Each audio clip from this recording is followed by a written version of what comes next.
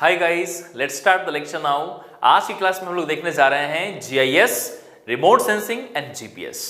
सो इन सब को स्टार्ट करने से पहले सबको एक एक करके डिस्कस करेंगे हम लोग। तो सबसे पहला मैं जीआईएस से स्टार्ट करता हूं, फुल फॉर्म से स्टार्ट करते हैं। It is basically geographic information system. Geographic information system, देखो फुल फॉर्म से ही एक बात तो क्लियर हो रहा है कि ये एक इंफॉर्मेशन सिस्टम है जिसमें कई सारे इंफॉर्मेशन आएंगे। लेकिन इंफॉर्मेशन का टाइप क्या है, किस टाइप के इंफॉर्मेशन? तो जो पहला वर्ड लिख रहा है ना, that is geographic information system. ये geographic stands for any information which has their locational identity. मतलब वो हर एक डेटा जो लोकेशन से रिलेट होता है उसको हम लोग कहते हैं ज्योग्राफिक इंफॉर्मेशन। और उसी को आप, मतलब कि हर एक डेटा जिसकी लोकेशनल आइडेंटिटी होती है, लोकेशन से रिलेट होती है, उसे आप ज्योग्राफिक डेटा कहते हो। और इसी को टेक्निकल टर्म्स में स्पाशियल डेटा कहा जाता है। ठीक है, स्पाशियल कहने का मतलब लोकेशन बेस्ड डेटा, राइट? तो ये जो जीआईएस है, it is basically a system of information which is made of all the information which has their own locational identity. फिर क्या करते हो, you actually take so many different informations, you actually collect so many different informations and then you make a combined system of the informations on the same location। एक ही location पे अलग अलग data का identity एक ही साथ आप club करके देखते हो ताकि एक से दूसरे को रिलेट किया जा सके। क्या मैं कहना चाहता हूं उसको एक एक करके देखना थोड़ा सा डिटेल में। अब मैं यहां से सबसे पहले डेफिनेशन से स्टार्ट करता हूं। देखो, Geographic Information System, that is GIS, is a computer-based information system. It has to be computer-based because whenever the data are with you, you will first combine. आप overlap करोगे डेटा को, कैसे? Only computer के through, and that is why this particular system has to be computer-based. It cannot be analog system. ठीक है, आगे देखो। GIS is a computer-based information system designed to accept large volume of spatial data। अब मैंने spatial का मतलब आपको समझा दिया है, location specific। ठीक है, derived from the variety of sources and to efficiently store, इन सबको स्टोर करेंगे, रिट्रीव करेंगे, एनालाइज करेंगे, मॉडल करेंगे and display these data according to the user defined specifications. आगे देखो, GIS is a specialized database that preserve locational identity of the information that they record। अब यहां पे ये जो मैंने आपको समझाया अभी, अब यहां पे एक एक करके पहले ब्रेक करके देख लेते हैं कि G क्या है, I क्या है, S क्या है, फिर इसके बाद की बात करेंगे। सबसे पहले स्टार्ट करते हैं G से। G for geographic. It means the community of both location specific data and the problems. अब देखो, जो भी डेटा है ना, लोकेशन स्पेसिफिक हमेशा टर्म आएगा, एंड द प्रॉब्लम्स, इन दोनों का एक कॉमन चीज है स्पेशली रेफरेंस डेटा, जिसको जियो रेफरेंस भी कहते हैं। ठीक है, इसी का एक्विजिशन करते हैं हम लोग। ठीक है, तो जब हम लोग ज्योग्राफिक टर्म यूज करते हैं ना, तो ये समझना जरूरी है कि this we are actually talking about the specially reference data along with the problem. आखिरकार क्यों बना रहे हैं, किसी न किसी प्रॉब्लम पे आप गौर फरमाओगे और उसी का फिर सोल्यूशन हम लोग आगे सोच पाएंगे। ठीक है, इसी से आपको आइडिया लग पाता है। तो ये था ज्योग्राफिक। उसके बाद देखो, I for information. GIS is organised to yield useful knowledge, coloured map, images, statistical graphics, tables and various on the screen activities. ठीक है, और सिस्टम क्या है, इन सबका एक सिस्टम बना लो। It implies that GIS is made of several interrelated and linked component with a different functions। अब ये जो मैंने बताया ना आपको 3 पॉइंट्स अलग अलग, ठीक है, इस पॉइंट पे आप दोबारा बाद में वीडियो को एक बार बैक करके बाद में देखना, अगले स्लाइड को देखने के बाद। सो अब मैं आगे दिखाता हूं कि जो भी मैंने समझाया है उसको यहां पे और भी बेटर तरीके से। आपने क्या सबसे पहले समझा कि ज्योग्राफिक इंफॉर्मेशन से वो हर एक इंफॉर्मेशन जिसकी लोकेशन आइडेंटिटी होती है, उसमें से हम लोगों ने यूजफुल इंफॉर्मेशन को बाहर निकाला और फिर उसका एक सिस्टम बनाया ताकि एक दूसरे से इंटरलिंक्ड करके कुछ हम लोग आउटकम निकाल सकें, किसी प्रॉब्लम को एनालाइज कर सकें, उसको रिजॉल्व कर सकें। अब यहां पे उसी चीज को देखो। सो एक ओवरव्यू है जीआईएस का। ठीक है, यहां पे देखो कि कई सारे इंफॉर्मेशन हैं। अब यहां पे information number 1 is the street data. एक ग्रिड सिस्टम बनाया है और इस ग्रिड सिस्टम पे आप देखो कि स्ट्रीट का इंफॉर्मेशन यहां पे ब्लू कलर से दिखाया गया है। क्या मैं ऐसा कह सकता हूं कि ये स्ट्रीट इंफॉर्मेशन की अपनी लोकेशनल आइडेंटिटी है, अलग अलग पॉइंट्स का अलग अलग कोऑर्डिनेट है अलग अलग जगहों पे। So you know this particular information has a particular locational identity. Exactly in the same way, on the same location, we have the building information also, that is the building data, कि इसी इसी particular location पे building information अलग से collect हुआ है कि यहां पे एक इंडस्ट्री है, यहां पे हाउस है, हाउस है, हाउस है, इस तरीके से कई सारे अलग अलग बिल्डिंग्स हैं, ये उसका इंफॉर्मेशन है। सिमिलरली अगला है वेजिटेशन की, उसी एरिया में वेजिटेशन कैसा है, तो आपने ये अलग अलग डेटा को पहले कलेक्ट किया और ये सब लोकेशनल आइडेंटिटी के साथ है, सबकी लोकेशनल आइडेंटिटी, ये जो ग्रिड सिस्टम है ना वो उसकी लोकेशनल आइडेंटिटी शो कर रहा है। तो ये हमने अलग अलग जो डेटा कलेक्ट किया है, अब इन्हीं सबको ऐसे ऐसे एम्पल नंबर ऑफ डेटा को कलेक्ट करने के बाद what we do, we club it, और जो इंटीग्रेट करके सिस्टम बनाते हैं ना, वही उसका जो सिस्टम एक्चुअल ग्राउंड पे होता है, बिल्कुल वैसा ही एक वर्चुअल सिस्टम आपको जो सिस्टम ऑफ इंफॉर्मेशन बन के आती है वैसा बन जाता है। जैसे कि यहां पे देखो, this information number 1, this information number 2 and this information number 3, if we club together then the integrated format, here you can see। अब इन सभी में देखो कि इंडिविजुअल इंफॉर्मेशन था, यहां पे सिर्फ स्ट्रीट की इंफॉर्मेशन थी लेकिन लोकेशन के साथ, उसी लोकेशन के साथ यहां पे बिल्डिंग की इंफॉर्मेशन थी, उसी लोकेशन के साथ यहां पे वेजिटेशन की इंफॉर्मेशन थी। तीनों को जब मैंने इंटीग्रेट किया, तो इंटीग्रेट करने के बाद अब एक जो सिस्टम यहां पे दिखाई दे रहा है आपको, this is actually information of the system.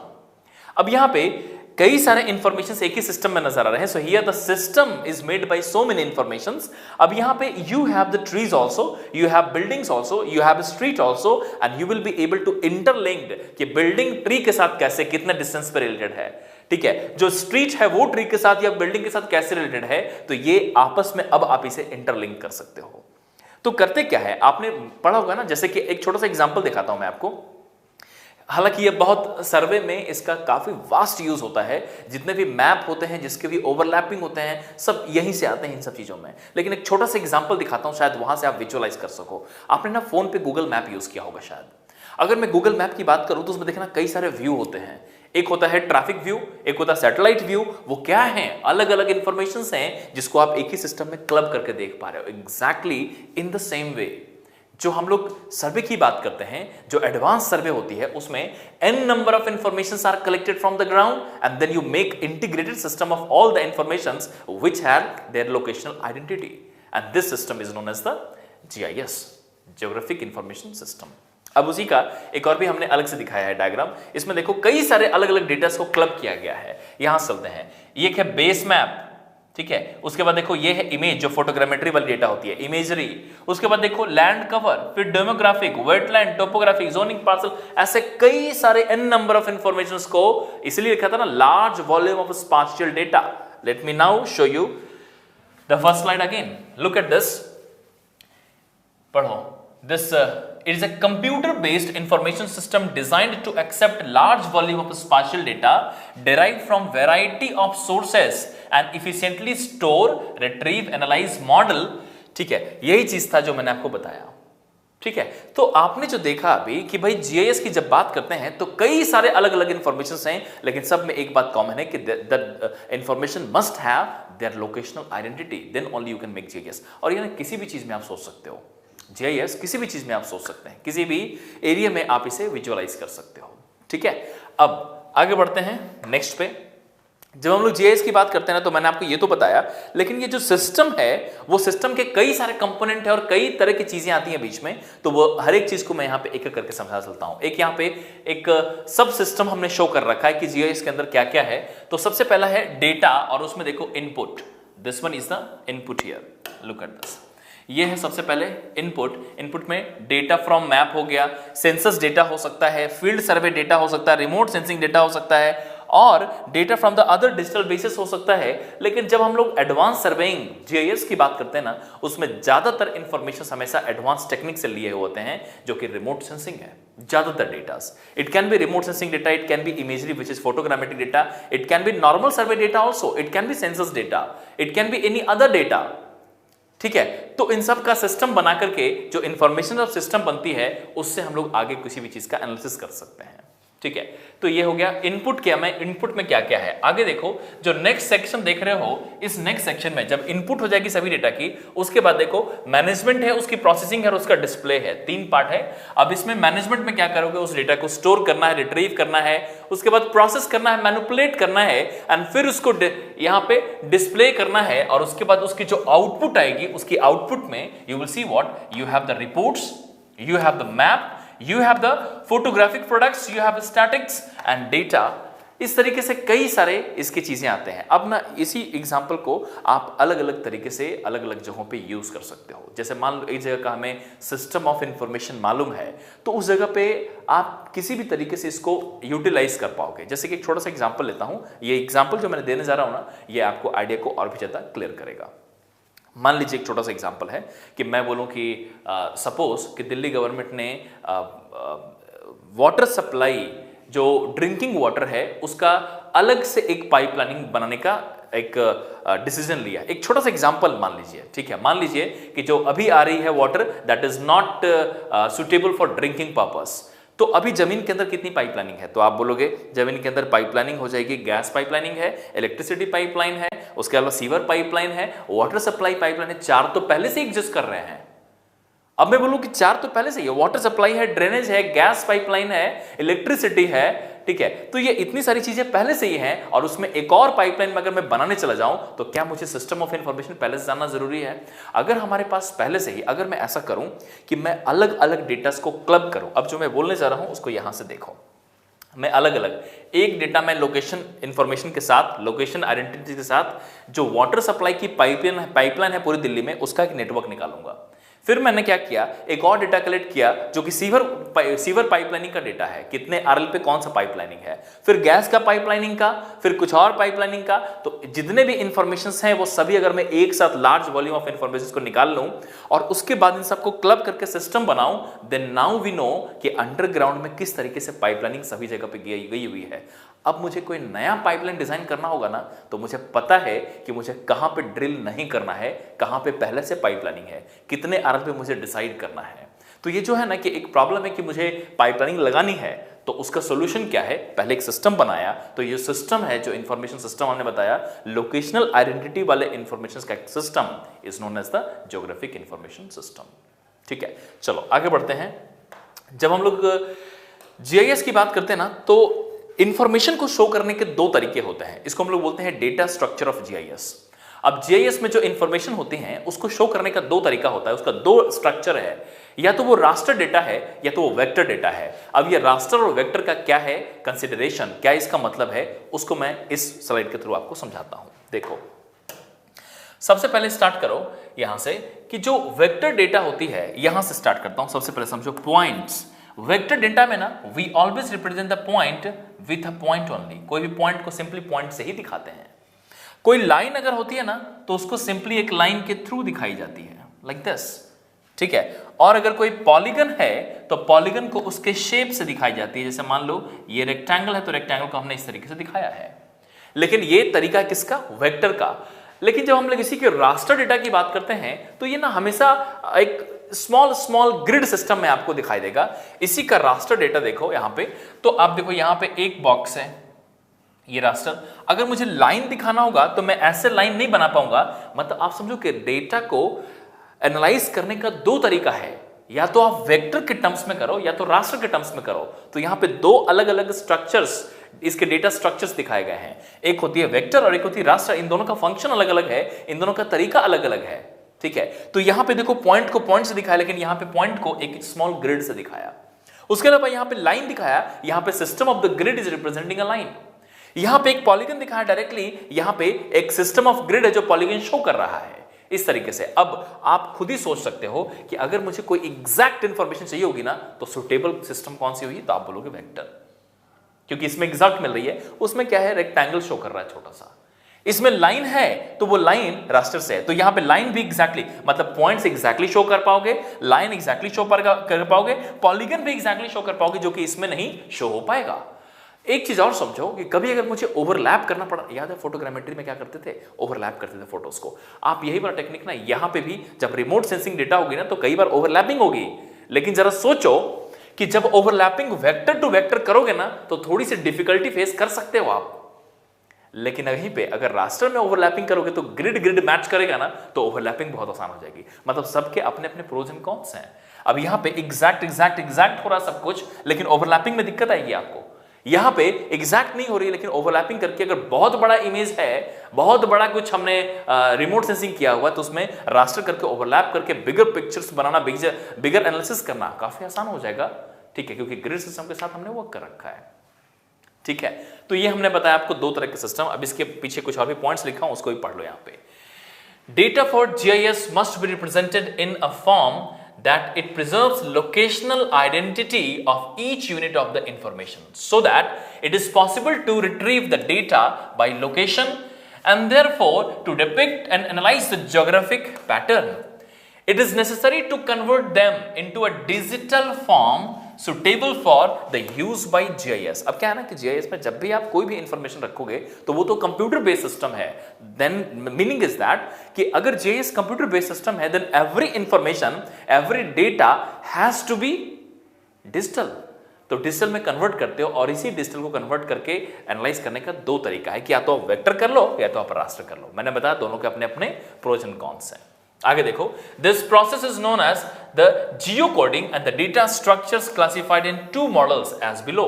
तो एक वेक्टर है, एक रास्टर है। लेकिन एक चीज ना और बताता हूं मैं आपको, किसी भी इंफॉर्मेशन को कैसा दिखेगा वो डेटा, एक बार उसे भी एनालाइज करता हूं। अगले स्लाइड्स में देखो, अगर मैं बोलूं कि यहां पे एक रियल वर्ल्ड का कोई किसी जगह का पिक्चर है, एक नदी दिखाई दे रही है, कई सारे ट्रीज हैं, एक हाउस है, इस तरीके से आपको दिखाई दिया।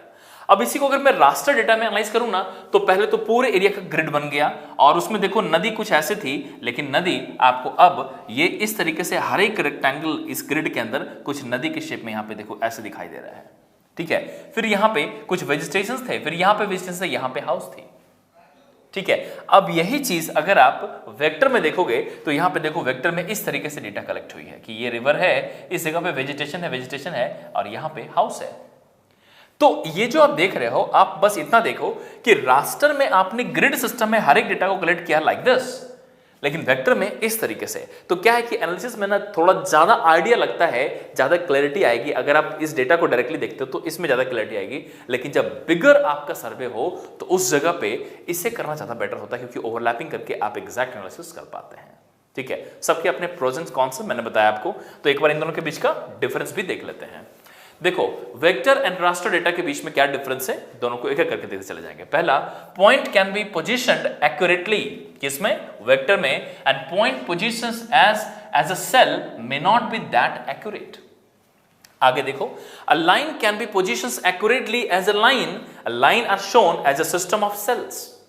सिमिलरली यहां देखो, best suitable to represent the natural features, not that suitable for the natural features. ठीक है, आगे देखो, रिक्वायर्ड लेसर स्टोरेज स्पेस, लेकिन जब रास्टर करोगे तो रिक्वायर मोर स्टोरेज स्पेस। आगे देखो, ये काफी एक्सपेंसिव हो जाता है ये। ठीक है, याद रखिएगा, वेक्टर डेटा थोड़ी सी एक्सपेंसिव होती है। ठीक है, और ये कंपैरेटिवली चीपर होती है।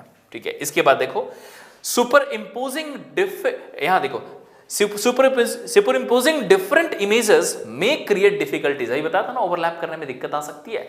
वही देखो, इजी टू सुपर इंपोज, क्योंकि ग्रिड सिस्टम बनाया रखा है आपने। ठीक है, तो इस तरीके से हम लोग एनालाइज करते हैं। अब मैं आगे बढ़ूं, ये जीआईएस का आखिरी पोर्शन है कि इसका यूज क्या क्या करते हैं हम लोग। तो कई सारे जगहों पे इसका यूज कर सकते हैं। मैंने एक एग्जांपल तो आपको दिया वाटर सप्लाई वाला, कि ड्रिंकिंग वाटर का पाइपलाइन आपको डिजाइन करना है, तो मुझे मालूम नहीं कि कितने आरएल पे जाना चाहिए। कहीं ऐसा ना हो कि मैं डायरेक्टली ड्रिल करना चालू करूं तो गैस पाइपलाइन को या सीवर पाइपलाइन को डैमेज कर दे जो एग्जिस्टिंग सिस्टम है। तो कुछ भी चीज डैमेज ना हो, बहुत ही प्रॉपर्ली डिजाइंड हो। ठीक है, इसीलिए हमें एक इंफॉर्मेशन सिस्टम अगर बन जाएगी तो मैं सब कुछ बहुत आसानी से कर पाऊंगा। तो इसी का मैंने बताया था कि कई सारे इंफॉर्मेशन कलेक्ट करके मैंने क्या किया, उसको सुपर इंपोज कराते हुए एक सिस्टम ऑफ इंफॉर्मेशन बनाया जो कि स्पाशियल डेटा है, हर एक पाइपलाइनिंग की, ग्राउंड की, लोकेशन की। और उसके बाद मैंने देखा है कहां कहां जगह खाली, उसके हिसाब से पाइपलाइन लेके जाएंगे। तो ये जो सिस्टम बनाया था उसी को बोला था जीआईएस। अब यहां पे कई सारे यूजेस हो सकते हैं। मैंने एक ही यूज बताया था वाटर सप्लाई के लिए, लेकिन कई सारे अलग अलग विंग में अलग अलग तरीके से यूज किए जाते हैं। उसका एक लिस्ट आउट किया हुआ है, देखो यहां पे। सबसे पहले बात करें एकेडमिक्स की, तो research in engineering, science and humanities, और उसके बाद फैसिलिटी मैनेजमेंट, बस रूटिंग। तो जहां पे मैंने बताया ना सेंसस डेटा भी आप यूज कर रहे थे, जहां पे जितनी पॉपुलेशन उसके हिसाब से रिक्वायरमेंट देखोगे, उसके हिसाब से प्रॉब्लम देखोगे, प्रॉब्लम का सोल्यूशन ढूंढोगे, आप वहां पे यूज कर सकते हैं। और एकेडमिक्स में, यहीं पे एकेडमिक्स में ही ना एक चीज देखो, इंजीनियरिंग है, मैनेजमेंट है, बस रूटिंग है, तो आप ट्रांसपोर्टेशन जो है ना वो इसी में यूज कर सकते हो। आपको मालूम होगा, अभी थोड़ी देर पहले मैंने आपको गूगल मैप समझाया था। तो जो गूगल मैप है, जो मैप का फंक्शन है कि आप जीपीएस से देख करके मैप यूज कर लेते हो। तो जीपीएस क्या है? GPS is basically the global positioning system. So आप कैसे भी तुरंत सर्च करते हो कि भाई अपना लोकेशन भेज, फिर आप वहां से तुरंत अपने मैप पे, अपने फोन पे देखते हो कि अच्छा इस लोकेशन पे है, फिर वहां चले जाते हो। तो जो लोकेशन की आइडेंटिटी मिली आपको, वो पूरे रूट की लोकेशन आपको मिल गई, जो आपका टारगेट पॉइंट है वहां का लोकेशन मिल गया, आपने ट्रांसपोर्टेशन में उसी का तो यूज किया। This is also GIS. ठीक है, तो ये एक हुआ। उसके बाद देखो इंडस्ट्री, इंजीनियरिंग सर्वे, mapping, transportation, electricity, gas pipeline, forestry, mining, इस तरीके से अलग अलग जगहों पे। बिजनेस में देखो तो बैंकिंग सेक्टर में, रियल एस्टेट में, ठीक है। उसके अलावा फिर डिलीवरिंग गुड्स एंड सर्विसेज में। फिर गवर्नमेंट में देखो तो नेशनल टोपोग्राफिक मैपिंग में, वेदर सर्विसेज में बहुत ज्यादा यूज होते हैं, क्लाइमेट एनालिसिस में, रिसोर्सेज में, हेल्थ में, इमरजेंसी में, इन सब में जीआईएस का यूज होता है। और एक है मिलिट्री, तो यहाँ पे ट्रेनिंग हो गया, उसके अलावा फिर कंट्रोल हो गया, इंटेलिजेंस गैदरिंग हो गया, ऐसे कई सारी चीजें हैं जहां पे ये कॉमनली यूज में आते हैं। ठीक है, तो सबको लोकेशन स्पेसिफिक बनाया गया, उन सभी डेटास को एक साथ एनालाइज करते हैं और एक सिस्टम बनती है, इसको हम लोग बोलते हैं जीआईएस। और इसके काफी सारे यूजेस जो मैंने आपको भी दिखा दिए हैं। अब एक काम करते हैं, मैं आपको एक एक स्लाइड दिखाता हूं, पहले आप नोट बना लो, उसका लिख लो। So let's start with,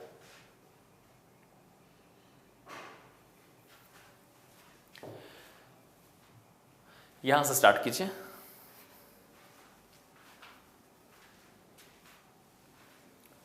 next, pause करके लिखते चले जाओ।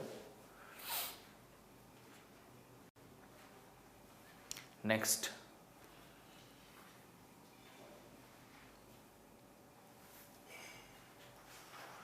नेक्स्ट, वीडियो पॉज करना है और लिखते चले जाना है। नेक्स्ट,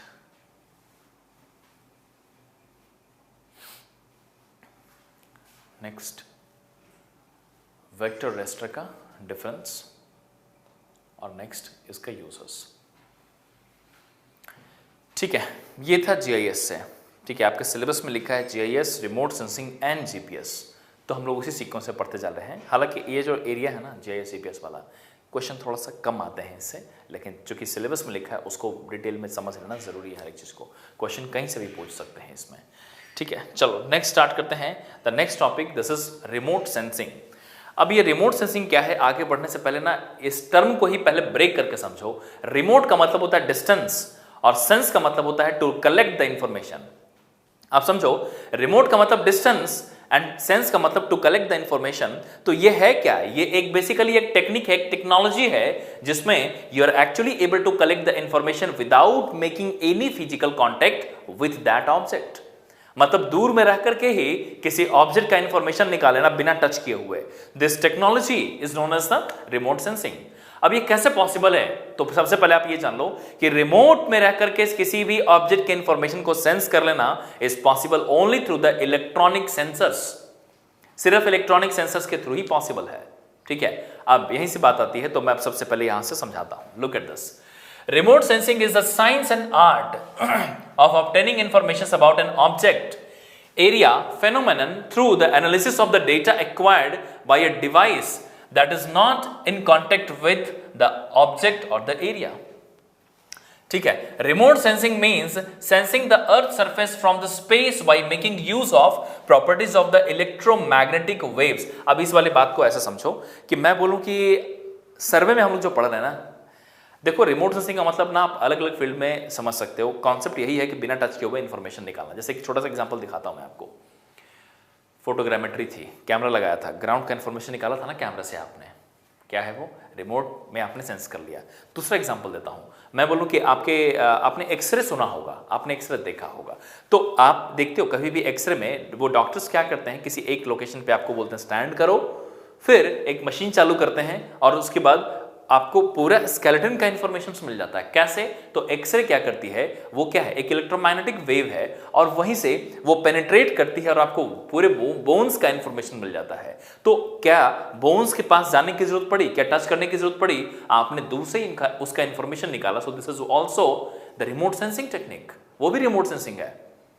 रडार होती है, रडार भी रिमोट सेंसिंग है। रिमोट सेंसिंग कहने का मतलब सिर्फ यही है, लेकिन जब सर्वे में बात करते हो तो सर्वे में तो हमारा मेन कंसर्न है ग्राउंड का इंफॉर्मेशन निकालना, और इसलिए the sensor has to be aerial sensor. अब मैंने टर्म एरियल आपको पहले भी बता रखा है, अब उसी को मैं थोड़ा सा यहाँ पे ज्यादा एक और भी एक्सप्लेन करता हूं कि कोई एयरक्राफ्ट है, एयरक्राफ्ट के नीचे मैंने क्या किया, सेंसर्स इंस्टॉल कर दिया और एयरक्राफ्ट को मूव कराया है। ये एयरक्राफ्ट हो सकती है या फिर ये सैटेलाइट बेस्ड भी हो सकती है। मैं सेंसर को सैटेलाइट पे भी रख करके, सैटेलाइट तो मूव कर रही है, मैंने सैटेलाइट पे उसको इंस्टॉल कर दिया है और सैटेलाइट मूव कर रही है, तो उसके थ्रू वो सैटेलाइट से सेंस कर रही है। तो उसकी जो व्हीकल है ना, ठीक है, उसकी जो प्लेटफॉर्म है वो कुछ भी हो सकती है। मतलब आप समझो कि सेंसर्स का प्लेटफॉर्म कुछ भी हो सकता है। It can be aircraft, it can B satellite, ठीक है। तो जो सेंसर्स हैं या तो आप सैटेलाइट पे लगा दो या तो आप एयरक्राफ्ट पे लगा दो, और वो एरियल बनकर के वो क्या करेगी, ग्राउंड के इंफॉर्मेशन को सेंस करते चली जाएगी। सो टेक्नोलॉजी तो वही है ना कि आप दूर में रह करके किसी ऑब्जेक्ट का इंफॉर्मेशन निकाल पा रहे हो, that is what remote sensing, ठीक है। और ये पूरी तरीके से जो हम लोग सर्वे में रिमोट सेंसिंग की बात कर रहे हैं ना, ये पूरी तरीके से ग्राउंड का ही सर्वे है ऑफ कोर्स। तो ग्राउंड का सरफेस है तो sensor has to be aerial, और इसलिए इसको हम लोग बोलेंगे एरियल सेंसर। तो एरियल सेंसर ग्राउंड के इंफॉर्मेशन को कलेक्ट कर लेते हैं, और ये पूरी तरीके से इलेक्ट्रोमैग्नेटिक वेव पे बेस्ड है।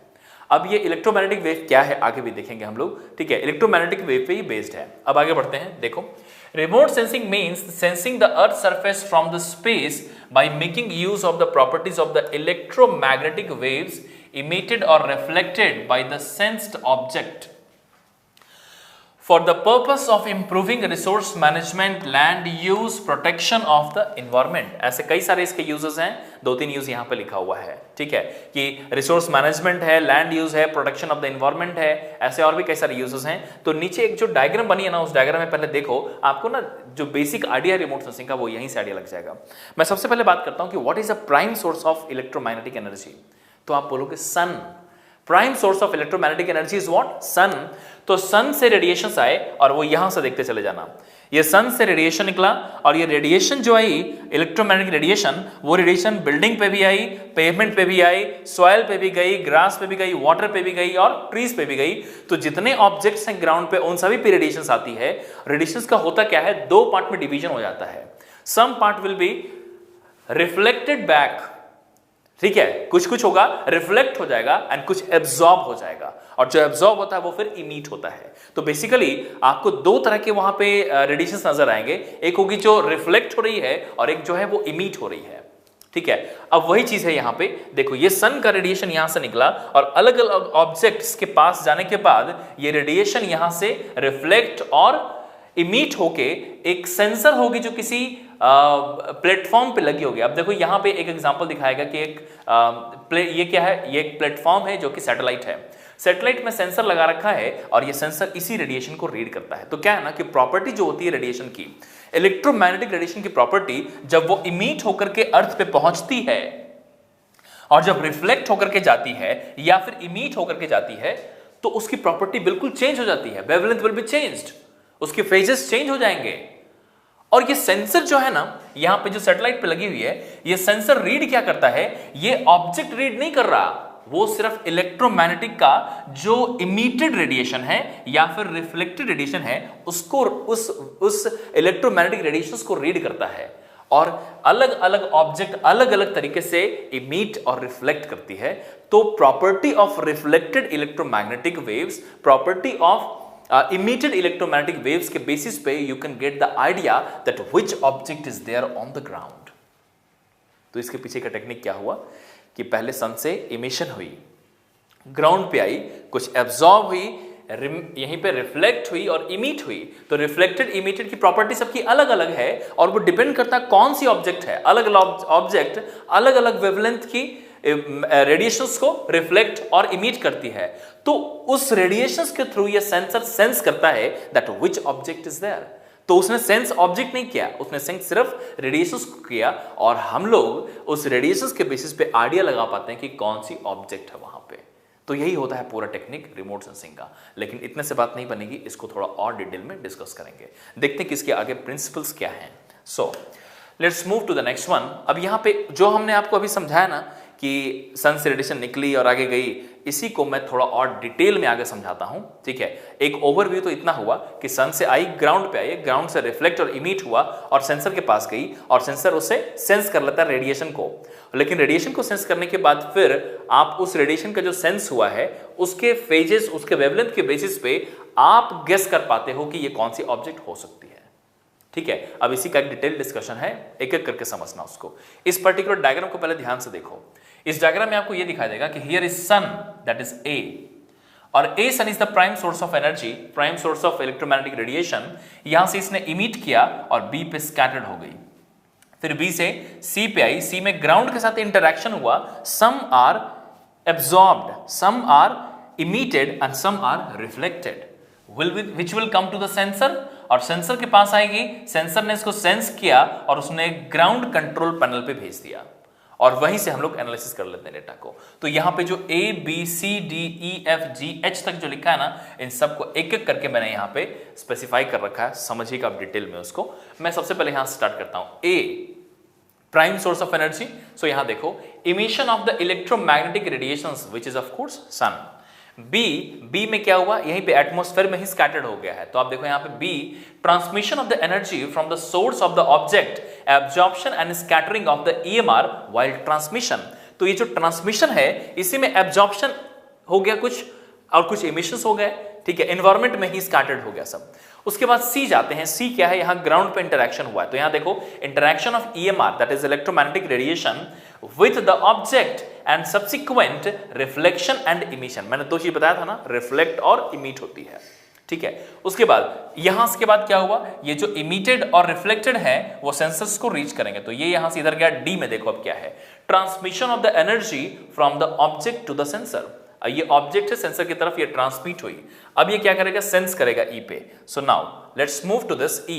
ई में क्या है, ई में ये हमारी सेंसर है यहां पे, और यहां देखो recording of the energy by sensor, it can B photographic और नॉन फोटोग्राफिक। अब यहां पे आ गई इंफॉर्मेशन, अब इसके बाद ये क्या करेगा, डेटा को ट्रांसमिट करेगा, आगे भेजेगा। एफ में देखो transmission of the recorded information to the ground station, you can see here, ये रहा ई जिसके पास इंफॉर्मेशन मिल गई है, और ये ग्राउंड स्टेशन को ट्रांसमिट करता है इंफॉर्मेशन को। और आगे जी में देखो processing of the data into the digital और हार्ड कॉपी, तो ये यहां पे जब डेटा रिसीव हुई उसके बाद उसी को प्रोसेस करता है और उसी को हार्ड कॉपी या फिर डिजिटल डेटा में रिसीव किया, बनाया, एनालाइज किया, और उसके बाद एच में जाकर के उसी डेटा का एनालिसिस कर लिया आपने, और इसी एनालिसिस में आपको फाइनल एंड पे जो एच है यहां पे आपको आइडिया लगता है कि विच ऑब्जेक्ट इज देयर, वो कौन सी ऑब्जेक्ट है, उसका आइडिया आपको यहां पे लगता है। तो ये जो पूरा प्रोसेस देख रहे हो ना, this is now the function, the principle of remote sensing, इस तरीके से वर्क करता है, ठीक है। अब आगे बढ़ते हैं रिमोट सेंसिंग में। जब हम लोग रिमोट सेंसिंग की बात करते हैं ना, तो इसका मेन चीज है कि सेंसर है हर एक जगह पे, इसका नाम है रिमोट सेंसिंग। तो ये एक बेसिकली इलेक्ट्रॉनिक एरियल सेंसर्स हैं। तो आपके पास में एयरक्राफ्ट है, एयरक्राफ्ट के आप ऊपर आपने या फिर एयरक्राफ्ट है या फिर सैटेलाइट है जिसमें आपने सेंसर्स को इंस्टॉल कर रखा है और वहां से डेटा को सेंस करते हो। लेकिन सेंसर दो टाइप के होते हैं, नाम से भी क्लियर हो जाता है, एक है एक्टिव और एक है पैसिव। देखो एक्टिव वो है जिसने खुद के रेडिएशन को इमिट करके और अपने ही रेडिएशन को रिफ्लेक्टेड को रीड करता है। मतलब आप समझो कि इमिशन भी सेंसर कर रहा है और रीड भी सेंसर कर रहा है, इमिशन भी हो और सेंसिंग भी हो, दोनों ही काम कर रहा हो तो उसको बोलेंगे एक्टिव। जिस सेंसर का खुद का रेडिएशन होता है वो एक्टिव सेंसर है। वैसा सेंसर जिसका खुद का रेडिएशन नहीं है, वो सिर्फ रिफ्लेक्टेड को रीड कर रहा हो, वो पैसिव है। तो एक्टिव और पैसिव में सिर्फ इतना ही डिफरेंस है कि एक्टिव वो कहलाएगी जिसने खुद के रेडिएशन को इमिट किया और अपने ही रिफ्लेक्टेड रेडिएशन को रीड किया, send and receive, that is active, and only receive the reflected, it is passive. और इसी को हमने यहां पे डायग्राम से दिखा रखा है। देखो एक्टिव में यहां पे आपको ये दिखाई दे देगा, this is active and active sensors are those which will emit. ये देखो ये सेंसर है, ये यहां पे एक सैटेलाइट दिखाई दे रही है, ये यहां से सेंड किया और ये यहां से रिसीव हो गया, ठीक है। तो ये एक्टिव है। और इसमें क्या हुआ है देखो, रिफ्लेक्टेड, सन ने सेंड किया, ठीक है, सन का अर्थ पे इंटरेक्शन हुआ और ये रिफ्लेक्टेड को रीड कर रहा है, तो ये पैसिव सेंसर हुआ। तो एक्टिव और पैसिव में यही डिफरेंस है। आगे बढ़ने से पहले एक थोड़ी देर पहले ना एक चीज का मैंने जिक्र भी किया था, उसको बोल देते हैं हम लोग प्लेटफॉर्म। तो प्लेटफॉर्म क्या होती है यहाँ पे भाई, आप ऐसा समझो कि the any vehicle which is used to carry the sensor, आप सेंसर को कहां रखोगे, एरियल सेंसर है तो या तो एयरक्राफ्ट पे रखोगे या तो आप सैटेलाइट पे रखोगे, जहां भी रखोगे, ठीक है। तो कोई ना कोई व्हीकल तो आपने यूज किया है, उस व्हीकल को हम लोग बोलते हैं प्लेटफॉर्म। यहां देखो जैसे मैंने बोला कि ये है, यहां पे एक सैटेलाइट है और इस सैटेलाइट यहां पे देखो, this particular satellite is the vehicle, it is used to carry the sensor, so this one is called as the platform. ये भी प्लेटफॉर्म है, it can be aircraft also. यही पॉइंट यहां देखो हमने लिख रखा है। A vehicle used to carry the sensor is called platform. For example, aircraft and satellites. A device to detect, देखो, a device to detect this reflected or emitted electromagnetic radiations from the object is called as the sensor. Sensor already बता रखा मैंने आपको, ठीक है। And the scanner, लेकिन जब हम लोग इसकी बात करते हैं ना तो हर एक जगहों पे स्कैनर स्कैनर स्कैनर, बहुत ज्यादा आपको टर्म मिलेगा स्कैनर, तो ज्यादातर हम लोग इसमें स्कैनर्स यूज करते हैं जो सेंसर ही तो है, ठीक है। चलो आगे बढ़ते हैं इसमें, नेक्स्ट वी विल मूव। अब ultimately we have used the electromagnetic radiation, EMR। तो EMR की बात करते हैं अब यहाँ पे। अब EMR नाम से भी क्लियर होता है, electromagnetic. It is advance interaction between the electric energy and magnetic energy. अब इन दोनों का एक कंबाइंड इंटरैक्शन जिसको हम लोग बोलते हैं इलेक्ट्रोमैग्नेटिक रेडिएशन, ठीक है। अब उस चीज को यहाँ पे देखना और समझना। This electromagnetic energy or electromagnetic radiation, EMR, is the energy propagated in form of advancing interaction between the electric and magnetic field. इन दोनों का एक एडवांस इंटरैक्शन है। It travels with the speed of light, ठीक है। Visible light, ultraviolet rays, infrared, heat, इन सब के form में होती है। जो भी आप जानते हो ना, जितने भी लाइट जानते हो, जितने भी रेज जानते हो, सब इसी का पार्ट है, ठीक है। अब एडवांसिंग इंटरैक्शन किस तरीके से है, आप देखो, दो तीन चीजें समझना कि इलेक्ट्रिक फील्ड है, मैग्नेटिक फील्ड है और प्रोपेगेट हो रहा है। तो वो आप यहाँ पे इस पर्टिकुलर डायग्राम से देखो। तो यहाँ पे एक 3 dimensional x y z axis आपको नजर आ रहा होगा। एक एक्सिस पे देखो ब्लू कलर से दिस पर्टिकुलर, यहाँ पे देखो this is now electric wave is like on this, और उसी का ये वाला एक्सिस पे देखो रेड कलर से दिस इज मैग्नेटिक फील्ड। तो एक तरफ से ये है इलेक्ट्रिक फील्ड और एक है मैग्नेटिक फील्ड। इन दोनों का एडवांस इंटरैक्शन है जो कि इस डायरेक्शन में प्रोपेगेट कर रही है। कौन सी स्पीड से? स्पीड ऑफ लाइट से। तो यहीं पे जब आपको ये समझ में आ गया है तो इसके बीच का रिलेशन भी आप इजीली याद कर पाओगे जो आपने पहले भी पढ़ा होगा, ठीक है। सो आगे बढ़ता हूं मैं। देखो, remote sensing make use of the electromagnetic radiations which is not visible to the human eyes. अब आप छोटा एग्जांपल ले लो, एक्सरे दिखाई देती है कभी? रेडियो वेव्स की वेव दिखाई देती है कभी? ठीक है। तो आप देखोगे कि ये सब वेव्स आपको दिखाई नहीं देते। तो ये सिर्फ वो वेव्स नहीं है जो आपको दिखाए, मतलब कि लाइट का भी एक रेंज होता है जो आपको दिखाई देता है, बाकी कुछ दिखता नहीं है। It is not visible, microwave not visible to you, ठीक है। तो जब हम लोग रिमोट सेंसिंग की बात करते हैं ना, तो आप देखो कि जहां पे विजिबिलिटी नहीं है ना आपको, वहां पे सेंस कर पाएगा ये रिमोट सेंसिंग, ठीक है। जब विजिबिलिटी नहीं भी होगी तब भी सेंस कर पाएंगे, ठीक है। यही इसका एडवांटेज होता है। Remote sensing make use of the electromagnetic radiations which is not visible to the human eyes. It can provide the information during the night also. जैसे आप एक और भी एग्जांपल लो, जैसे कैमरा होता है ना, कैमरा क्या करता है? रिफ्लेक्टेड लाइट को रीड करता है, पैसिव है वो, है ना। तो लाइट के थ्रू सेंस करता है, लेकिन अगर अंधेरा है, मान लो लाइट नहीं है, तो वो अंधेरा फोटो आएगा ही नहीं उसमें, ठीक है। लेकिन जब सेंसर की बात करते हैं ना, उसके अलग अलग वेव्स के बेसिस पे है। अगर मैंने ऐसा कुछ यूज किया, जैसे मान लो मैंने यूज किया है इंफ्रारेड, मैंने यूज किया है रेडियो वेव्स, तो अगर मैं इंफॉर्मेशन रेडियो वेव्स के टर्म्स में कलेक्ट कर रहा हूं, हीट वेव के टर्म्स में, उसमें लाइट की जरूरत नहीं है आपको, ये अलग रेज हैं, इसके थ्रू भी आप इंडिविजुअल रीजन में भी आप वर्कआउट कर पाओगे, ठीक है। मतलब कि ह्यूमन आइज को दिखाई नहीं दे रहा है, लेकिन उस सेंसर को दिखाई दे रहा होगा, ठीक है। आगे देखो, this radiation can be detected only when it interacts with the matter, whereby a change in electromagnetic energy take place, which is detected by the remote sensing, and the data obtained is used for determination of the characteristics of the object. अच्छा, इसमें ना दो फॉर्मूले आपने पहले भी पढ़ रखे होंगे, शायद आपको याद होगा। स्पीड ऑफ लाइट से फ्रीक्वेंसी और वेवलेंथ का रिलेशन होता है।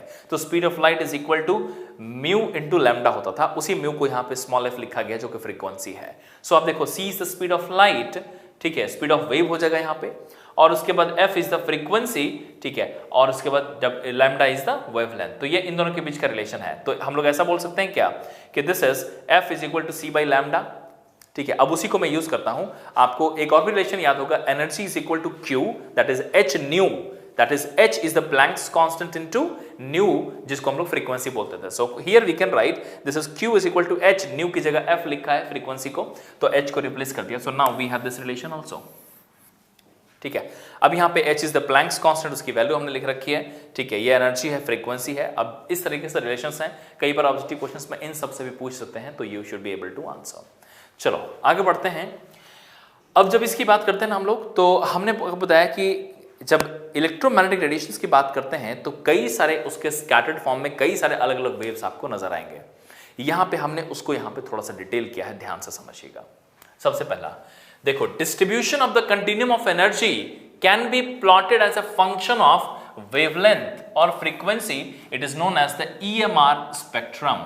ईएमआर स्पेक्ट्रम को देखो, और वही ईएमआर स्पेक्ट्रम यहां पे ड्रॉ किया हुआ है। देखिए ध्यान से, एक रेंज देखो, इस रेंज में ना जो नीचे लिखी हुई है वो एक्चुअली वेवलेंथ है। पढ़ो यहाँ पे दिस इज वेवलेंथ, और वेवलेंथ यहाँ पे देखो माइक्रोमीटर के टर्म्स में है। सबसे यहाँ पे gamma rays, x ray, ultraviolet, visible rays, near infrared, thermal, microwave, radio wave. अब ये ना रेंज देखो, यहाँ से इसकी वैल्यू यहाँ से बढ़ती चली जा रही है। वेवलेंथ की वैल्यू बढ़ती चली जा रही है। अलग अलग रेडिएशन है, इन सब की प्रॉपर्टी अलग अलग है, ठीक है। अब यहीं से आप देखो, गामा रेज 10⁻⁻⁶ के टर्म्स में, फिर एक्स रेज 10⁻⁴ के टर्म्स में, फिर अल्ट्रावायलेट, विजिबल, नियर इंफ्रारेड। तो ये वाला जो पार्ट देख रहे हो ना, ये जो विजिबल यहाँ पे है, यही है लाइट के अलग अलग कलर्स जो हम लोग देख पाते हैं। उसको यहाँ पे देखो ब्रॉड करके दिखाया भी है कि वॉयलेट का ये है blue, green, yellow, orange, red, ये इस तरीके से। फिर इंफ्रारेड पहुंच गया, फिर ये विजिबल नहीं है आपको। और जो इसके बाद तो हम लोग का आईज, जो हम लोग की आंखें हैं, that is also sensor. It also sense the electromagnetic radiation. लेकिन ये जो आईज है, जो आंख है हम लोगों की, ये भी सेंस करता है, लेकिन ये सेंस करने का रेंज बहुत छोटा है। वो सिर्फ इसी विजिबल रेंज को ही सेंस कर पाता है। बाकी ना ये रे सेंस कर पाएगा, ना इधर का सेंस कर पाएगा। तो इसके लिए हम लोग सेंसर बनाते हैं, वो सेंसर के थ्रू हम लोग इसको सेंस कर पाते हैं, ठीक है। अब ये सब मशीन आपने सुना भी होगा, मैं आपको याद दिलाता हूं। आपने देखा होगा ना, अल्ट्रा यूवी रेज के थ्रू हम लोग वाटर को प्योरीफाई करते हैं। देखा होगा आजकल ना आरओज आते हैं जो यूवी रेज में उसका यूज होता है। तो आप देखोगे ऑन करोगे, दिखाई नहीं देगा यूवी रेज आपको। उस तरीके से थर्मल इंफ्रारेड है, इंफ्रारेड। उसके बाद में माइक्रोवेव, तो मशीन आती है ना खाना गर्म करने के लिए, उसमें देखना दिखाई नहीं देगा आपको माइक्रोवेव रेडिएशन, ठीक है। उस तरीके से रेडियो वेव्स रडार में यूज होते हैं, ठीक है। जीपीएस है, जीपीएस भी रेडियो वेव्स ही सेंड करता है, जीपीएस के सैटेलाइट्स। तो क्या दिखाई दे रहा है ह्यूमन आइज को? दैट इज नॉट विजिबल, क्योंकि ह्यूमन आइज सिर्फ इसी रेंज को सेंस करता है, ठीक है। एक चीज और देखो इसमें कि जब हम लोग इसकी बात करते हैं, देखो इन remote sensing the terminology, in remote sensing terminology the electromagnetic energy is generally express in terms of the wavelength. तो ये वेवलेंथ का यूज था। लेकिन एक चीज और देखो कि एक ना टर्म है, इसको बोलते हैं हम लोग एटमॉस्फेरिक विंडो। एटमॉस्फेरिक विंडो का मतलब समझो। देखो, atmospheric window are the range of the wavelength in which the atmosphere transmissive. मतलब कि ऐसा समझो कि एटमॉस्फेयर अगर ट्रांसपेरेंट है, वहां से वेव्स अगर ट्रांसमिट कर सकता है, तो उसको बोलते हैं हम लोग एटमॉस्फेरिक विंडो, ठीक है। हर एक जगह नहीं, कई बार ऐसा भी होता है कि ओपेक होता है, वहां पे उसको क्रॉस नहीं कर सकता हो, ठीक है। तो जहां से क्रॉस कर लेता है, जहां से ट्रांसपेरेंसी होती है वेव्स के लिए, उसको बोलते हैं हम लोग एटमॉस्फेरिक विंडो। आप देखो statement, atmospheric window are the range of the wavelength in which atmosphere transmissive, atmosphere becomes transmissive, ठीक है, ट्रांसपेरेंट। चलो आगे बढ़ते हैं इसमें, ये था spectrum. Now let's move to the next. यहां से भी ना आपको कई सारे क्वेश्चंस दिखाई दे सकते हैं, सो समझना अब यहाँ पे टर्म क्या क्या है। लेकिन टर्म तीन ही है सब मिला करके, और वो तीन टर्म है रिफ्लेक्टेंस, एब्जॉर्बेंस एंड ट्रांसमिटेंस। तो ये तीन टर्म्स को समझने के लिए पहले टेक्निक समझो कि जब सन से रेडिएशंस किसी मैटर के साथ इंटरैक्ट करती है तो एग्जैक्टली क्या क्या होता है। Look at this. सबसे पहला मैं बोलूं कि ये इंसिडेंट एनर्जी इधर कहीं सन है, और सन से ये इंसिडेंट रेज आई जो किसी मैटर पे आई। तो मैटर पे जब आई इंसिडेंट रेज, तो वहां पे तीन चीजें हुई। सबसे पहला इंटरैक्शन हुआ, उसके बाद स्कैटरिंग हुआ। स्कैटरिंग होने के बाद जैसे स्कैटर्ड होगा, some part will be reflected, ठीक है। रिफ्लेक्टेड से टर्म बना रिफ्लेक्टेंस।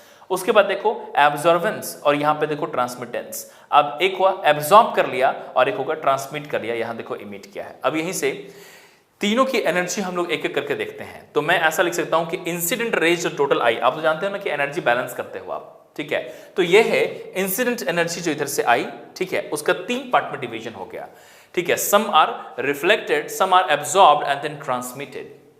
तीन हुआ पार्ट। तो हम लोग ऐसा लिख सकते हैं incident ray is equal to some are reflected, some are absorbed, some are transmitted. अब वहीं से रिलेशन बनाया, E1 से डिवाइड कर दिया, तो ये रेशियो बन गया। देख रहे हो ER अपॉन EI, मतलब कि reflected out of the total incident absorbed out of the total incident and transmitted out of the total. तो ये percentage reflected, percentage absorb, percentage transmitted, बस इसी रेशियो को हम लोग बोलते हैं रिफ्लेक्टेंस, एब्जॉर्बेंस एंड ट्रांसमिटेंस। तो एक रिलेशन बनके यहां पे ये आ गई कि this reflectance plus absorbance plus transmittance all together it is equal to 1। I hope कि आपको ये समझ में आया होगा। चलो आगे बढ़ते हैं इसमें। नाउ वी हैव एक चीज ना, इसी का कंटिन्यूएशन है, रिमोट सेंसिंग का ही कंटिन्यूएशन है। इसको हम लोग टर्म यूज करते हैं रडार। तो रडार का पहले फुल फॉर्म समझो। ये क्या है? ये बेसिकली रिमोट सेंसिंग ही है, नाम है रडार, ठीक है। समझना इसमें, it is radio detection and ranging. Full form देखो, RA stands for radio, D for detection, A and ranging, ठीक है। अब ये है क्या? ये एक काफी ज्यादा यूज में आने वाला एक रिमोट सेंसिंग है रडार। आपने ना सुना भी होगा कि एयरपोर्ट पे रडार होते हैं, ठीक है, मिलिट्री एरियाज में रडार लगे होते हैं, जो बॉर्डर होती है कंट्री की वहां पे रडार्स लगे होते हैं। करता क्या है, क्या फंक्शन है इसका? तो इसका यही फंक्शन है कि कोई भी ऑब्जेक्ट अगर कहीं से मूव कर रही हो ना, उसको वो सेंस कर सकता है कि मूविंग ऑब्जेक्ट है, कितने डिस्टेंस पे है, उसकी रेंज क्या है, कौन सी स्पीड से जा रहा है, ठीक है। ये सारी चीजें का आपको आइडिया लग जाता है, ठीक है। This machine radar is basically used to get the idea about any object, speed, distance, range, altitude, इन सब का आइडिया आपको लगता है इस मशीन के थ्रू। तो क्या है ये, उसको देखते हैं यहाँ पे। Radar is a system which uses the microwave radio wave signal। अब ना माइक्रोवेव रेडियो वेव आसपास होते हैं, आप इसमें स्कैटरिंग वाले में देख लो एक बार, इसलिए तो लिखा हुआ, आप रेंज देखो, माइक्रोवेव से लेकर के रेडियो तक वर्क करता है। भले ही नाम रडार है, मतलब इसका मतलब ये मत समझना कि सिर्फ रेडियो वेव ही यूज हो रहा है, उसी के पहले का वेवलेंथ है, that is microwave, that is also getting used in that. देखो अब यहां पे radar is a system which uses the microwave radio signals to detect the presence of an object and its properties. Pulses of radio waves are sent from the radar antenna towards the object. अब ये जो function ना, ऐसे समझो आप कैसे work करता है। मैंने आपको क्या बताया, कई सारे आप बॉर्डर पे देखते हो, मतलब सुना होगा आपने, एयरपोर्ट पे देखो, दिखाई भी दे देगा आपको। ऐसे आजकल बहुत ही कॉमनली, इनफैक्ट रोड्स में भी ट्रांसपोर्ट डिपार्टमेंट भी यूज करते हैं इसका, ट्रैफिक वॉल्यूम का मेजरमेंट करके मशीन रडार लगाई जाती है। ऐसे कई सारे अलग अलग यूजेस हैं। तो इन सभी रडार का एक ही तरीके से वर्किंग होता है। वर्किंग करने का तरीका क्या है, कैसे वर्क करेगा कि एक मान लो कि this one is the satellite platform जिसपे आपने रडार इंस्टॉल कर रखा है, ठीक है। प्लेटफॉर्म तो कुछ भी हो सकता है। अब इस पे इसने क्या किया, रेडियो वेव्स को सेंड किया। तो ये जो देख रहे हो ये सेंट है, लेट मी शो यू, ये है सेंट, ये यहां से सेंड किया इस डायरेक्शन में, ये यहां से सेंड किया, ये इंसिडेंट है radio waves to the ground. Ground पे क्या हुआ, इंटरैक्शन हुआ उस रेडिएशन का, some are emitted, some are reflected back and some will be reflected exactly in the same direction of the platform। और ये जो देख रहे हो ये वाला, इसका नाम है रडार रिटर्न, ठीक है। तो आप देखो ये है सेंट और ये है रिसीव्ड। तो जो रिसीव होती है ना, जो रिसीव हो रही है उसको बोलते हैं रडार रिटर्न। तो आइडिया कैसे लगता है, कैसे वर्क करता है कि जो सेंड किया और रिसीव किया उसका जो डिफरेंस होता है ना, उसके थ्रू ये आइडिया लगता है कि which object is there, what is the size of the object, what is the speed of the object, what is the range of the object। तो इसी सेंड एंड रिसीव के थ्रू होता है। I guess it is clear to you. आगे देखो यहां पे, the objects scattered back a part of its energy falling on them which are collected at the same radar platform। आप इस point को समझिए पहले कि the object scattered back a part of the energy falling on them which are collected at the same radar platform, ठीक है। The energy reflected from the terrain to the radar antenna is called as the radar return। मैंने आपको दिखाई भी दिया कि कौन सा वाला होगा, ये वाला है radar return। सबका सब तो रिफ्लेक्ट होकर के वापस आएगा नहीं, तो वापस कुछ ही आया है, उसको हम बोलते हैं radar return। When an object scatters the radar signal, the scattered signal differs from, अब ये वाली पॉइंट को देखो, the scattered signal differs from the original, जो ओरिजिनली सेंड हुआ था और जो रिसीव हुआ। मैंने क्या बताया कि ग्राउंड के साथ जब रेडिएशन का, किसी ऑब्जेक्ट के साथ रेडिएशन का जब इंटरैक्शन होता है तो उसकी प्रॉपर्टी बदल जाती है। तो send and receive will not be same. वहीं पे देखो, the scattered signal differs from the original in amplitude, polarisation and phases, और यही डिफरेंस के थ्रू आइडिया लगता है कौन सी ऑब्जेक्ट है, ठीक है, उसके बारे में सारे इंफॉर्मेशन निकाल पाते हो आप। यहां देखो, the difference between the pulses send and received indicates the properties of the object and the distance of the object. यही इसका यूज होता है, बहुत ही कॉमनली यूज डिवाइस है, ठीक है। चलो आगे बढ़ते हैं। अब यहाँ पे ये रिमोट सेंसिंग का पार्ट खत्म हो गया है, अब आखिरी पार्ट पे चलेंगे हम लोग जीपीएस पे, लेकिन रिमोट सेंसिंग को पहले आप कंप्लीटली लिख लीजिए। सो मैं दिखा दे रहा हूं आपको। यहां से डायग्राम पे बना लो और लिख भी लो, वीडियो पॉज कीजिए और लिखिए उसको कंप्लीटली।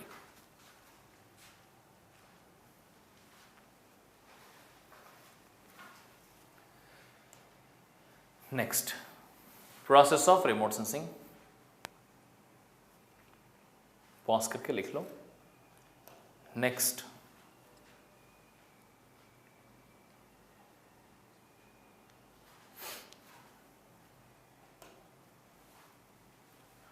नेक्स्ट,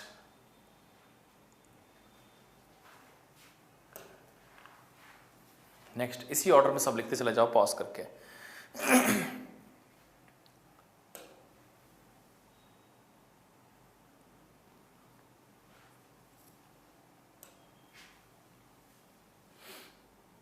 इलेक्ट्रोमैग्नेटिक स्पेक्ट्रम, इस डायग्राम को भी प्रॉपर्ली बना लीजिएगा, रेंज लिख लीजिएगा इसका। एटमॉस्फेरिक विंडो का भी डेफिनेशन लिखा हुआ है, ठीक है। एनर्जी इंटरैक्शन है, लिख लीजिए इसे, बना लीजिए डायग्राम।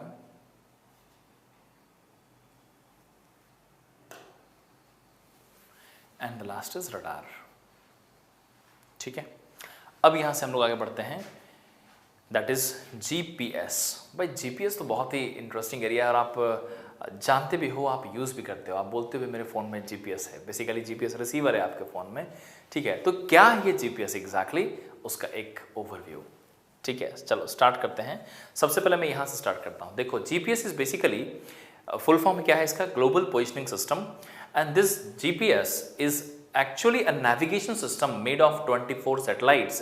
It is actually, इस टाइप के जो जिसकी बात मैं कर रहा हूं ना कि 24 सैटेलाइट हैं, ये actually it is operated by the US department of defence. US department of defence ने इसको होल्ड कर रखा है, और उसने जो वर्ल्ड वाइड सबसे ज्यादा यूज में है वो है यूएस डिपार्टमेंट ऑफ डिफेंस का जीपीएस। अगर आप वैसे काउंट करोगे ना तो अलग अलग कंट्रीज के अलग अलग जीपीएस, और आपको शायद मालूम हो कि इंडिया ने भी अपना एक जीपीएस नेटवर्क बनाया है, लेकिन जो ब्रॉडली वर्ल्ड वाइड यूज है वो आपको पढ़ना है, which is US department of defence GPS. अब उस जीपीएस की बात कर रहे हैं हम लोग, तो उसके बारे में कुछ कुछ पॉइंट्स हैं, अब एक एक करके समझते चले जाना। So you can see earth is here and the satellites are moving in orbit. Satellite orbit में मूव कर रही है, अर्थ के चारों तरफ चक्कर लगा रही है ऐसे, ठीक है। और ऐसे ऐसे कई सारे हैं, आप देखो कई सारे हैं। तो जो वर्किंग एक टाइम पे जो वर्क कर रही है ना, सब मिला के 24 सैटेलाइट है, ये रेडियो वेव्स को सेंड करती है अर्थ पे। तो ये सब मिलाकर के रेडियो वेव्स को अर्थ पे सेंड करती है, और अर्थ पे क्या है, एक यूजर होगा जो रिसीवर होगा उसके हाथ में। जैसे कि आप क्या करते हो, कहीं आप क्या करते हैं कि आप अपने फोन ऑन करते हैं और आप देखते हैं कि लोकेशन क्या है, तो आप देखते हो करंट लोकेशन। आप जैसे क्लिक करते हो अपने फोन में करंट लोकेशन, वो कर क्या रहा है, वो एक्चुअली जो जीपीएस है रेडियो वेव्स को सेंड किया और वो रिसीव करके आपको आपका लोकेशन बता रहा है। तो आप समझो कि आपके पास में रिसीवर है, और ये जो सैटेलाइट है ये क्या करते हैं, रेडिएशंस को सेंड करते हैं, रेडियो वेव्स को। तो ये जो नेविगेशन सिस्टम है ना, all together system made of the 24 working satellites and the user on this and the control panel who is operating, all together it is known as the global positioning system, that is GPS. इसी को यहां पे लिखा हुआ है। तो आप इस डायग्राम को देखो, ये उसी का कंस्टेलेशन का एक डायग्राम है।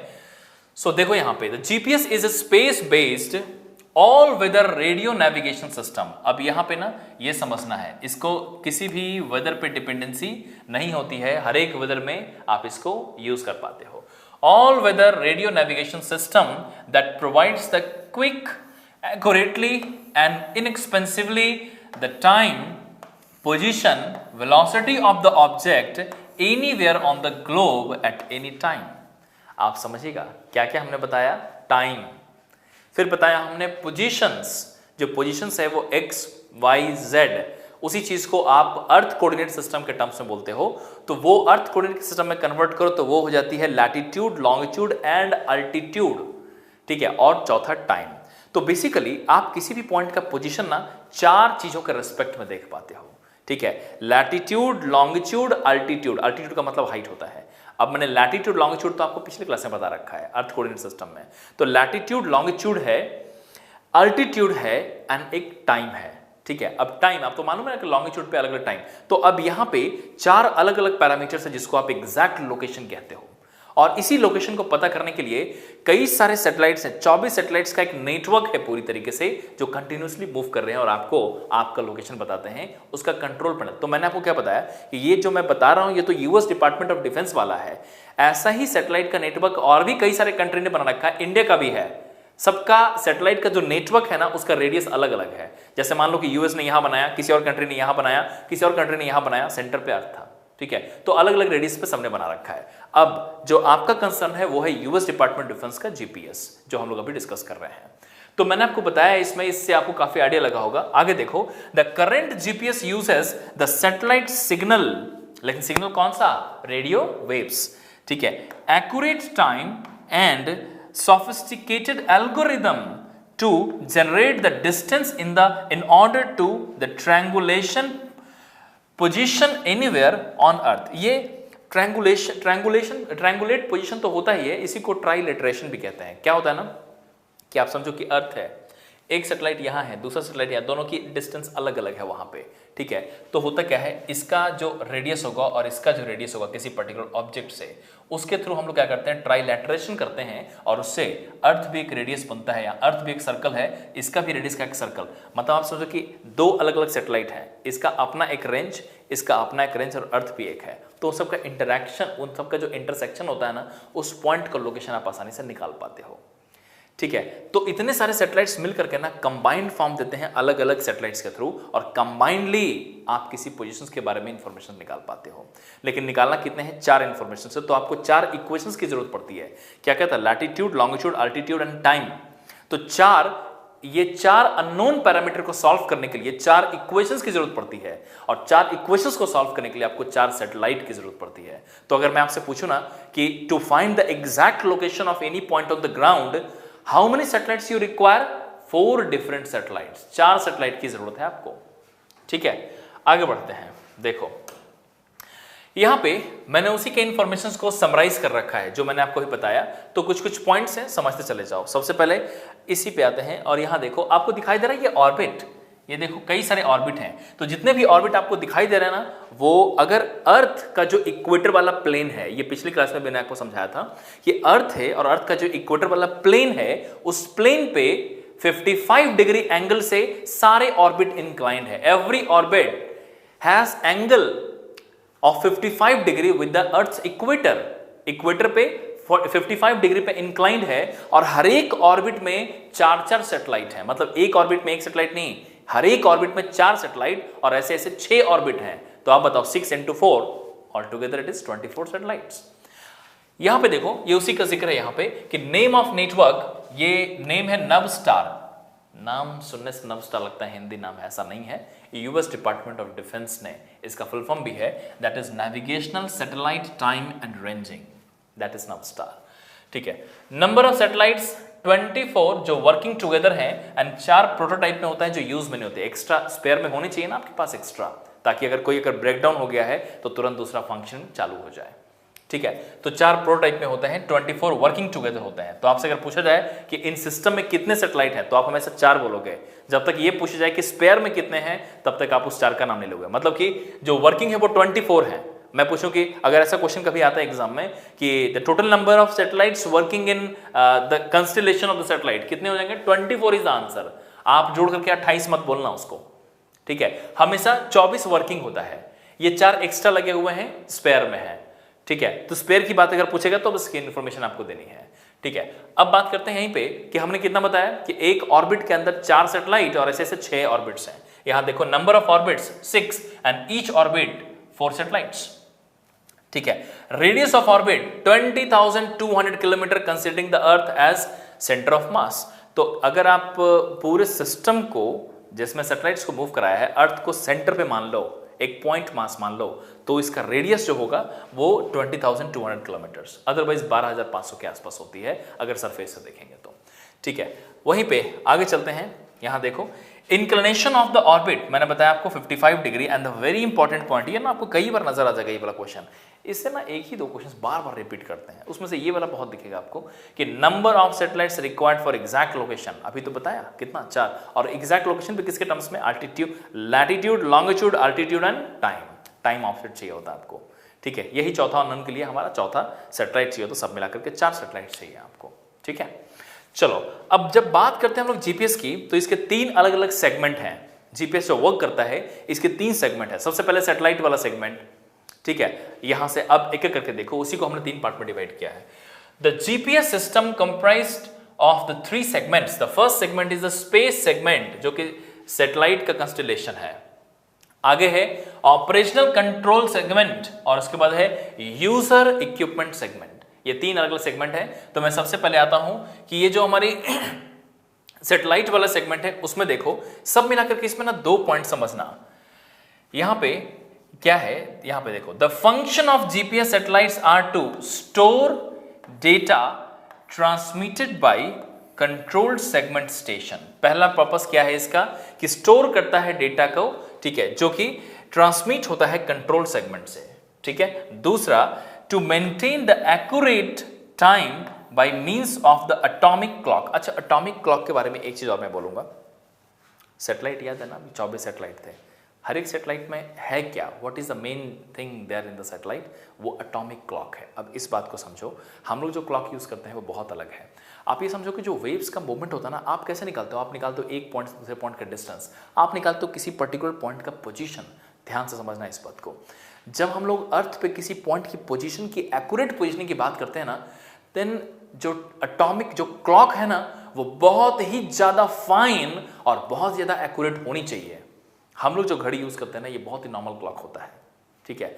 जो एटॉमिक क्लॉक होती है वो क्या होता है ना, कि फ्रैक्शन ऑफ माइक्रो सेकंड को भी वो रीड करता है, और उसके थ्रू, क्योंकि आप सोचो कि स्पीड ऑफ लाइट से आपकी वेव ट्रेवल कर रही है, और speed of light is very high, even in the micro second it will move kilometres, बहुत ज्यादा। तो एग्जैक्ट पोजिशनिंग के लिए ना हमें एटॉमिक क्लॉक की जरूरत पड़ती है, जो कि हम लोग सेवरल ईयर से यूज करते आ रहे हैं। Atomic clock is very fine clock, जो कि स्मॉल मूवमेंट को, टाइम को बहुत ही फाइन मेजरमेंट पे भी चेक कर सकता है, और उसके बाद आप उसके थ्रू देखते हो कि अच्छा, आप ना डिस्टेंस निकालने का टेक्निक क्या होता है, सिंपली आप जानते हो ना, speed is equal to distance upon time. तो distance equal to speed into time. तो आप वहां से, स्पीड तो आपको मालूम है, स्पीड ऑफ लाइट है, टाइम का एग्जैक्ट इंफॉर्मेशन अगर आपको मिल गया, ठीक है, तो उसके थ्रू आप डिस्टेंस का आइडिया लगाते हो, तो टाइम बहुत ही कम होगी, क्योंकि बहुत ही ज्यादा हाई स्पीड है। तो वो मेजरमेंट कैसे करोगे टाइम का, तो वो एटॉमिक क्लॉक की जरूरत पड़ती है। उस सैटेलाइट पे एटॉमिक क्लॉक्स लगे होते हैं, ठीक है। उसी बात को यहां पे लिखा हुआ देखो। The function of GPS satellites are to store the data transmitted by the control segment. Control segment मतलब ground वाला segment, ठीक है, and to maintain the accurate time by means of the atomic clock on board, ठीक है, and transmit the information to the user. ये space segment का job था। आगे क्या है, ऑपरेशनल सेगमेंट, जो ग्राउंड पे हमारी कंट्रोल पैनल लगी है, वो क्या करता है, The OCS, Operational Control Segment, has the responsibility for maintaining the satellites and their proper functioning. अब आप तो जितने सारे 24 हैं, 24 में कोई ब्रेकडाउन जा रही है, किसी को स्टार्ट करना है, किसी को एग्जैक्टली ऑर्बिट में मेंटेन करना, हर एक चीज का उसका सारा मेंटेनेंस कहां से होगा, कंट्रोल पैनल से, जो कि ग्राउंड पे है। तो वही हमारी ग्राउंड वाली control panel is the operational control system. यही तो सारा कुछ मेंटेन करता है, प्रॉपर फंक्शनिंग को चेक करता है। अगर कोई ब्रेकडाउन है तो ब्रेकडाउन में उस चीज का उसकी जगह पे किसी दूसरे को स्विच ऑन करना, तो ये सारी चीजें कंट्रोल पैनल वहीं से होती हैं, ठीक है। आगे देखो, the control segment tracks all the satellites, ensures they are operating properly and compute their position in the space, ठीक है। एंड ये एक तो था सैटेलाइट वाला, जो सैटेलाइट में 24 सैटेलाइट से मूव कर रहे हैं, ठीक है, स्टोर कर रहे हैं डेटा, रिट्रीव कर रहे हैं, सेंड कर रहे हैं, ट्रांसमिट कर रहे हैं, वो इसका पार्ट था। इसका पार्ट क्या है, सारे सैटेलाइट्स को मेंटेन करना, ग्राउंड पे कंट्रोल पैनल पे हर एक चीज को कंट्रोल करना, जो भी प्रॉब्लम है उसको रिजॉल्व करना। और आखिरी में है यूजर इक्विपमेंट सेगमेंट, जो कि रिसीवर है हमारा। यूजर के पास क्या है, रिसीवर, और उस रिसीवर के थ्रू अब देखो, द यूजर रिसीविंग इक्विपमेंट, ये हमारा यूजर इक्विपमेंट सेगमेंट है। The user receiving equipment refer to as GPS receiver, जो कि एक डिवाइस भी हो सकती है, आपकी फोन भी हो सकती है। ठीक है, फोन में भी आजकल डिवाइस रिसीवर्स लगा होता है। receives the process, यहां देखो receivers receives the processes the L band signals। L band signal इसका एक अलग से एक L band होता है जिसका यूज सबसे ज्यादा होता है इसमें। L band signals transmitted from the satellites to determine the user position। और जब भी होगा ना, यहां पे एक टर्म यूज किया है, उसको देखना जरा, PVT, that is position, velocity and time। Position, अब पोजीशन बोला तो मैं सब कुछ आ गया उसमें, पोजीशन, वेलोसिटी एंड टाइम। तो ये रिसीवर्स में हर एक चीज का इंफॉर्मेशन आपको मिल जाता है। रिसीवर्स जो है, तो ये उसका तीसरा सेगमेंट है। तो सब मिलाकर के ना जीपीएस का 3 सेगमेंट हुआ। पहला सेगमेंट क्या था, दिस वन, स्पेस सेगमेंट, सारे सैटेलाइट्स वाला, सेंड रिसीव करना। ठीक है, एक जगह से डेटा आया दूसरे में सेंड करना, ये इसका काम था। दूसरा कंट्रोल पैनल, जो हर एक सैटेलाइट्स को मेंटेन करता है, ठीक है, कंट्रोल करता है, कहीं पे कुछ एरर आती है उसको रिमूव करता है। ठीक है, हर एक चीज का मेंटेनेंस वहीं पे है। और एक है यूजर इक्विपमेंट, जो कि हमारे रिसीवर है, जिसके थ्रू आप रिसीव करते हो और उसके थ्रू आप पीवीटी पता कर पाते हो, पोजीशन, वेलोसिटी एंड टाइम। उसी में तो देखते हो, जैसे कि आपने फोन ऑन किया तो फोन में तो देखा आपने कि आपका पोजीशन क्या है। ठीक है, सो ये था इसका। लेकिन आगे एक और चीज मैं बताऊंगा कि जब जीपीएस की बात करते हैं ना, तो एक और भी चीज आती है कि भाई कुछ कुछ एरर्स आ जाते हैं। अब देखो, एरर्स आना तो ऑब्वियस है, एरर्स तो हर एक जगह पे आती है, जीपीएस में भी आती है, बहुत ही माइनर सी एरर, लेकिन क्या है कि उसको भी मेंटेन किया जाना चाहिए। कई सारे अलग अलग रीजन से आपको एरर्स नजर आ जाते हैं। ठीक है, जिसको हमें रिजॉल्व कर लेना चाहिए। ठीक है, और वो आप यहाँ पे देख पाओगे। सो यहाँ पे देखो, इस पर्टिकुलर डायग्राम से आपको क्लियर हो जाएगा। अब यहाँ देखो, ये एक क्या है, this one is a satellite, और सैटेलाइट किसी पर्टिकुलर ऑर्बिट पे मूव कर रही है। तो उसका ऑर्बिट्स में मूव करते करते ऑर्बिट से थोड़ा बहुत इधर उधर वाइब्रेट करके आगे निकल जाना। ठीक है, this will cause the error. इसके अलावा एनवायरनमेंट के कारण ये जो रेडिएशन सेंड किया है वो ऑब्जेक्ट के पास डायरेक्टली पहुंच ही नहीं रहा है, या फिर किसी और से रिफ्लेक्ट होकर के रेडिएशन यहां पहुंच रहा है। तो ये सब क्या होगा, जीपीएस सिस्टम का जो हमारा फाइनल पोजिशनिंग है उसमें एरर कॉज करता है। ठीक है, यहां देखो, inaccuracies in the GPS signal come from the variety of the sources like satellite clock, imperfect orbit, especially from the signal trips through the earth atmosphere। अब ये अर्थ एटमॉस्फेयर का बहुत बड़ा रोल होता है इसमें। ठीक है, since these inaccuracies are variable क्यों, क्योंकि नेचर नहीं है ना, कुछ भी कहीं से भी आ सकता है ये error. Variable, it is hard to predict what they will be in order to correct for them.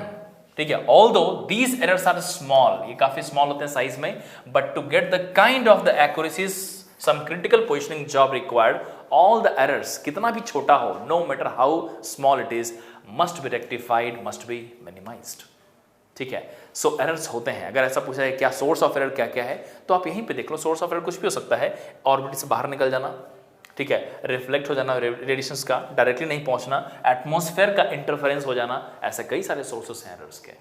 ठीक है, चलो अब इसमें से कुछ सिस्टमैटिक एरर भी होते हैं, कुछ कंपनसेटिंग एरर्स भी होते हैं, सब अलग अलग टाइप के एरर्स हैं। यहाँ पे जीपीएस की कहानी खत्म हो गई है, और सबसे पहले मैं आपको बोलूँगा आप लिख लो। सो आप यहाँ से शुरुआत करो, start from this.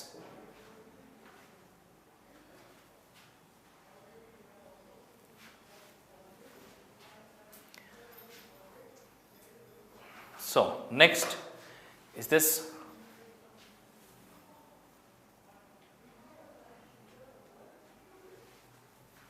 Next is this.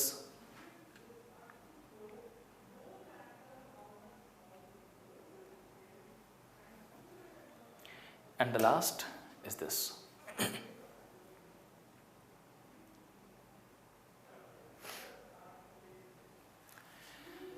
चलो, आई होप कि आपको ये सब समझ में आया होगा।